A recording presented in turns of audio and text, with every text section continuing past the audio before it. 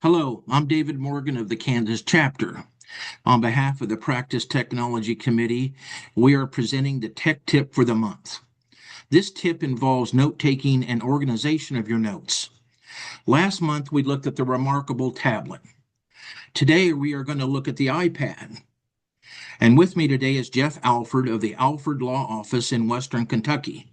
Now, I'm going to turn this over to Jeff. Thanks, David. Yeah, so the remarkable tablet that we talked about in last month's tech tip is a great device, no question. But there are a lot of small and solo firm attorneys out there that maybe they aren't prepared to invest another $500 or what have you into a single-use device, but maybe you already have an iPad for whatever reason, maybe to watch YouTube videos or read books or keep the kids entertained, and you haven't really figured out how to integrate that into your practice as part of your daily routine. And what I'm hoping to do is maybe show you an option for how to do that without spending a lot of additional money to do that. So I've got my iPad right here. So first thing, I use the Logitech case, and I love this case. It actually, you can fold it out, and it has a keyboard with the trackpad on it. So it honestly, I've gotten to where I don't even take my laptop when I travel anymore. I can just use this. And then I also use the Apple Pencil.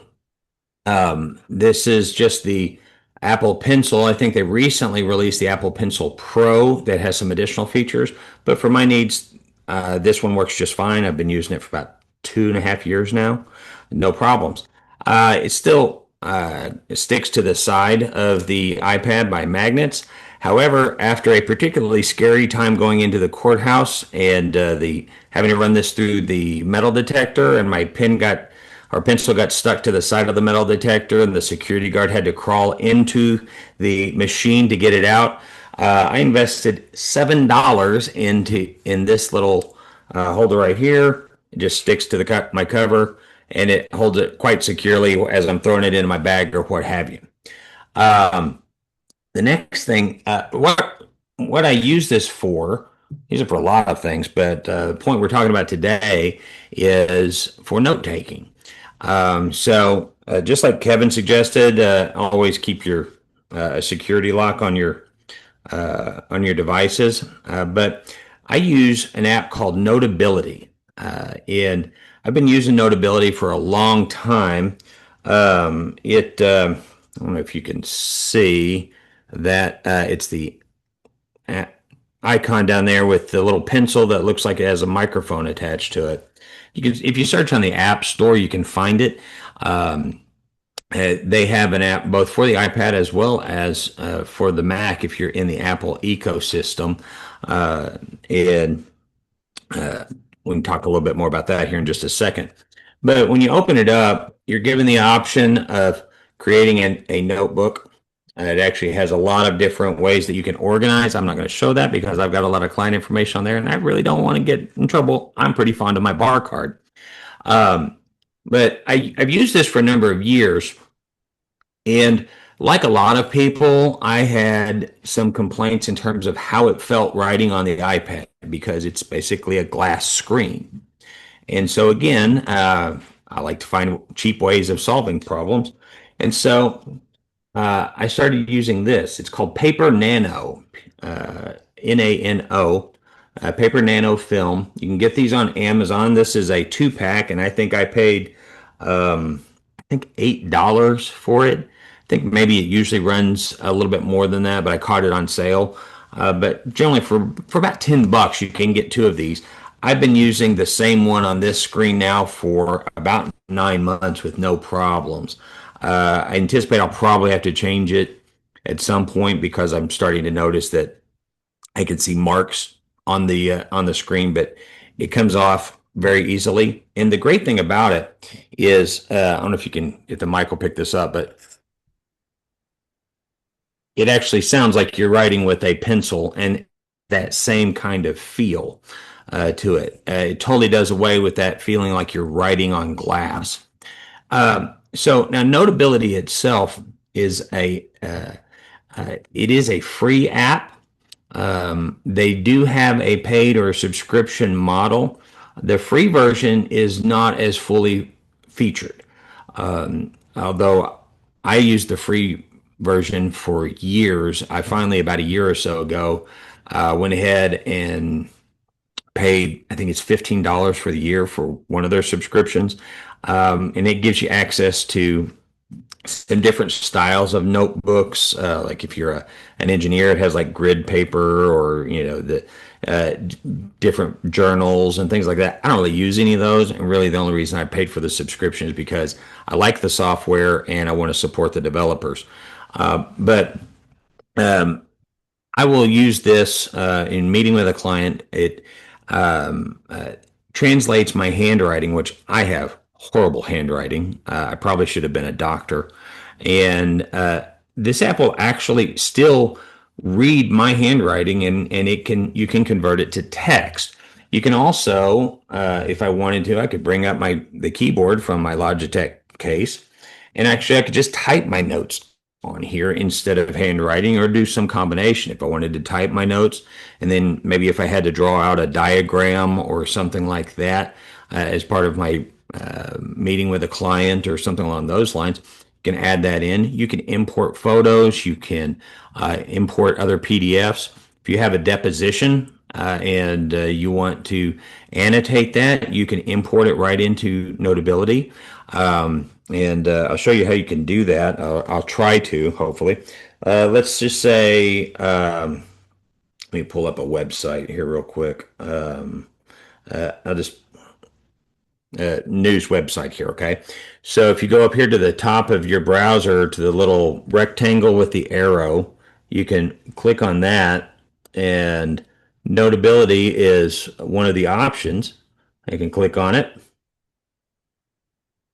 and it will eventually get completed. And I can go ahead and click import and open that note. And there it is in Notability. And then I can just annotate to my heart's content all over that. Very easy. Let's say after you've met with a client, what do you do once you've done that? Because I'm much like Kevin. I used to have tons of yellow notepads laying all around. Still have a few. I tell people I'm using less paper, but I'm not paper free. And but generally, I will use this whenever I'm meeting with a client. Now, after I meet with a client, Notability's got a lot of different options to in ways that you can share those notes. It integrates with Dropbox, Google Drive, OneNote, Box. I think there's another one. And you can, if you have any of those services or all of those services, you can log in and you can have it to automatically share to those. And then if you have Notability on your Mac computer, I'm not sure if they have a version for the PC. I should have looked that up before we started filming, but I simply forgot. But if you do have it on your Mac, it'll sync up, and then you can pull up your notes on your Mac and save them wherever. Now, I use Clio for our case management, and Notability will integrate right in with that. I can, again, go up here to the quick share option, and I have to scroll all the way over, click on the little three dots, and then scroll down to the Clio app.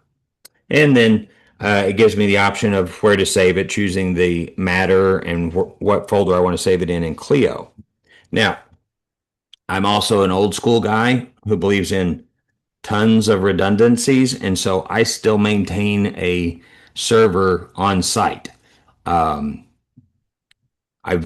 experimented with a lot of different case management systems, and I just can't trust Clio with all of my data in case I ever had to integrate somewhere else. So I keep a server on site. And another piece of software I use is File Browser Pro. I don't know if you can see it. It's down there. You can also search again on the App Store. File Browser Pro. It's not a free app, but it is a one-time purchase. It's not a subscription-based And if you have an iPad at all that you want to use in your practice, I would strongly encourage you to get File Browser Pro. If you, like me, maintain a local server, because it will actually allow you to access that server if you're on the same network. Presume possibly if you have a VPN, it might do the same thing. I don't know. I've never experimented with that. But when I'm here at the office, I can use File Browser Pro, log into my server, pull up my files just like anywhere else, and it integrates with Notability. So after I met with a client, I take my notes, I click on the little quick share button, and I upload it to File Browser Pro as well as to Clio. It automatically converts my notes over to a PDF format so that if my assistant wants to try and pull up my notes, and she's one of the few people that can read my handwriting, she can do that, or we can convert them over to text. Excuse me, just a second. One other great thing about Notability, and I'm sharing this feature, but we as practitioners need to be very careful with this feature. Notability also has a feature where it can record who is speaking while you're taking notes. It's excellent. Like if you've got a student, it's great for class lectures and things like that. If you're meeting with a client, you probably going to need to get your client's permission before you start recording client meetings or anything like that. I've never done it, but I have played around with the feature. And what's cool about it is it will make a recording of who is speaking and while you're taking notes. And then you can go back when you're reviewing your notes and you can highlight sections that you've written, and it will play back that audio of what was being said that spurred you to write that note. Similarly, you can play back the audio, and as you do, it will go through and it will highlight the notes that were being taken as the words are being said. So that could be extremely useful when going back, and trying to remember why in the heck you wrote something. Did you have a question there, David? You look perplexed for a second. Oh, I always look perplexed, but no, this is a lot of information. It's great. I'm trying to Yeah, keep track of it all, but no, I didn't have a question. My questions are at the end. I'm sorry. I'm sorry. So, the other thing, like I said, is Notability has a very, very good handwriting recognition, which is great when I'm going back and I'm preparing for trial. If I have a lot of handwritten notes, I can kind of search through there, and it will, like I said, it somehow manages to recognize my chicken scratch handwriting. So if you have decent handwriting, it's probably going to be even easier. But and if I'm looking for a specific topic like, child custody or income or something like that throughout my notes, it can go out and it could pull that out. The uh, I have, to be honest, I mean, as much of a tech guy, I guess, as I'm sometimes called, I have used in trial. But when it comes to trial, I guess I'm just kind of paranoid that I'm going to run out of battery life or something's going to happen. So, to be honest, I mean, I still take the old yellow pads with me to trial when I'm actually in the courtroom. But this system has worked well for me. I've been doing this now for, gosh, 7, 8 years, something like that. I've been using an iPad in Notability to take notes when I'm meeting with clients and things like that. And it's worked very well for me without necessitating purchasing a separate device. The other thing, because I have played with the Remarkable, and I've also played with the Amazon's device. I think it's called a Kindle Scribe. And two things. One, I have the large iPad Pro, and I like the more surface area that I get to work with. Both of the Remarkable and the Kindle Scribe are a little bit smaller. They're about this size. The ones I used, at least, were about the size of like a steno pad, and it's just I don't like that. And the other is the software that they use, I think it's some kind of e-ink software. I may be mistaken on that, but it just seemed to me like there was a lot more latency in the handwriting with the Kindle Scribe, especially. Not so much with the newest Remarkables that I played around with, but the iPad has so much processing power, and of course, if, again, you're in the Apple ecosystem, the Apple Pencil works so well with it that I really haven't noticed any latency. Now, I had an associate who he was using a similar setup, but he didn't have the actual Apple Pencil. He used I think it was a Logitech stylus, and he said that that worked great as well. So that's another option if you don't want to invest. I think an Apple Pencil will run you around $100, and I think he paid, I want to say, about half that for the Logitech pencil or stylus, so around $50, give or take. So there's some options for you in terms of if you want to start trying to, uh, use your devices, maybe get away from the yellow pads and work on becoming a little bit more paperless in your office. The other thing I found as well, and this is, I guess, not. I guess it's a bit more of an intangible benefit, but there are a lot of clients that I think sometimes are a bit more impressed when you're you showing that you can use technology right there in the initial consult versus if they're going down the street to somebody who's old school and has piles of paper stacked all over their desk and everything, and still scratching things out with a fountain pen. Well, that's a lot of information, and it sounds like the iPad helps you out quite a bit in your practice. Is that correct?